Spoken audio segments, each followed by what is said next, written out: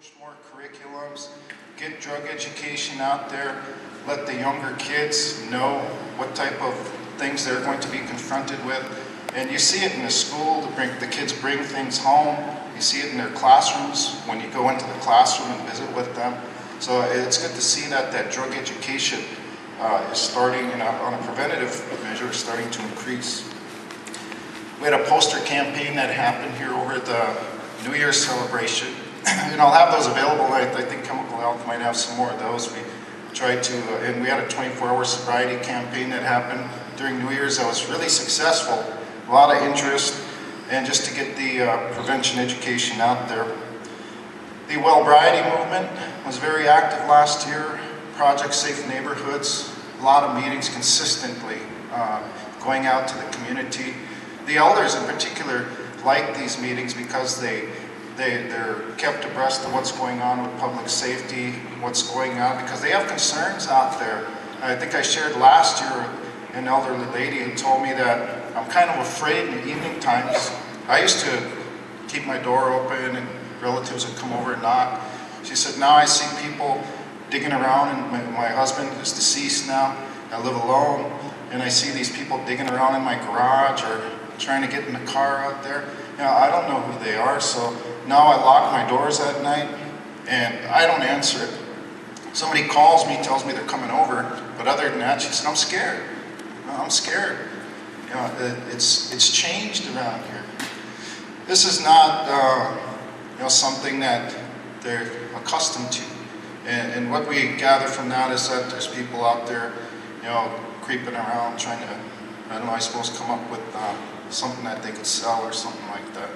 So these community meetings afford the community members an opportunity to come out and address those issues. Public safety has delivered reports to the tribal governing body whenever we ask them. We're really appreciative of that. They've been really good about that, letting us know what's going on out in the community. So we're really pushing hard on prevention.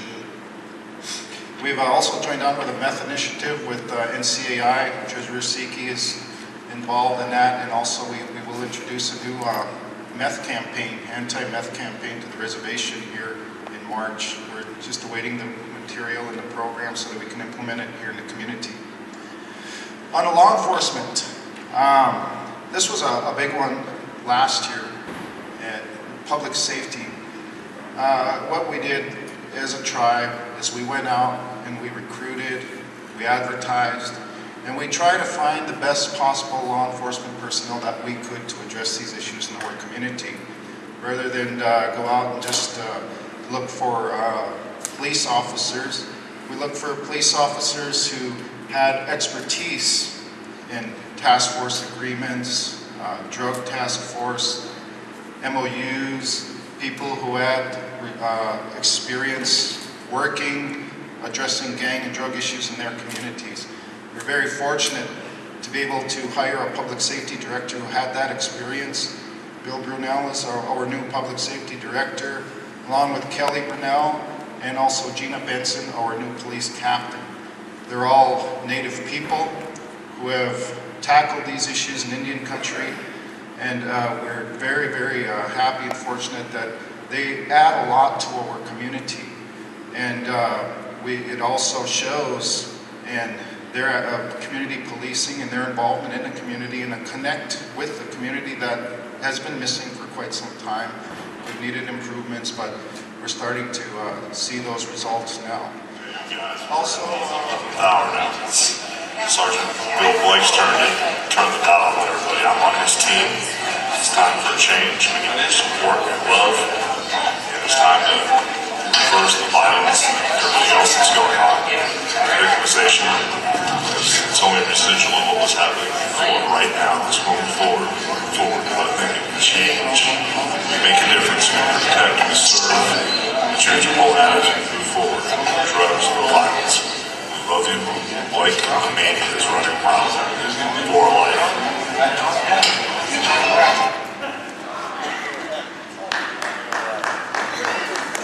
That's a pretty cool video. A couple friends of mine, Ernie Stevens Jr., Ernie Stevens III made that happen. He sent that to me for Christmas, and And it's been on my computer, and I thought, might as well show it today, you know? So, the second video here is on February 12, 2003, we lost my daughter, Erica, to a homicide outside of Cumberland, Wisconsin. And 2 years ago was 5 years. And out of that tragedy, a lot of positive things have occurred. You know, a group called NAILS, the American Law Enforcement Summit. We do training, we take kids to summer camps. You know, a lot of good things for tribal communities we're working with. We're working with, you know, get a chance to come up here and work as a Minneapolis cop here today doing this. And working on a thing called iCare, American Indian Crime Research and Evaluation with our partners from Fox Valley. But I want to show you a video, a tribute that we showed at our first NAILS conference. It's a tribute to my daughter, Erica, and here we go.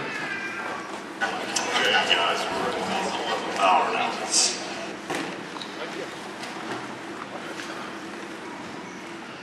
With that, we can go right into the gang stuff.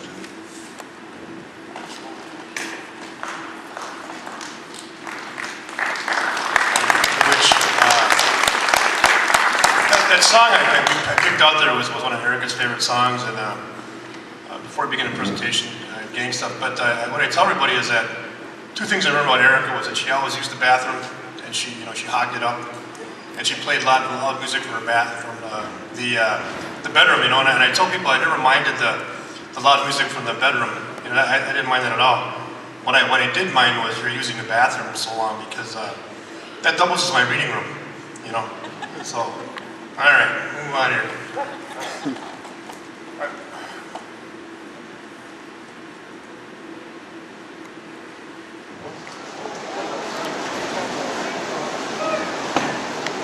I got a band.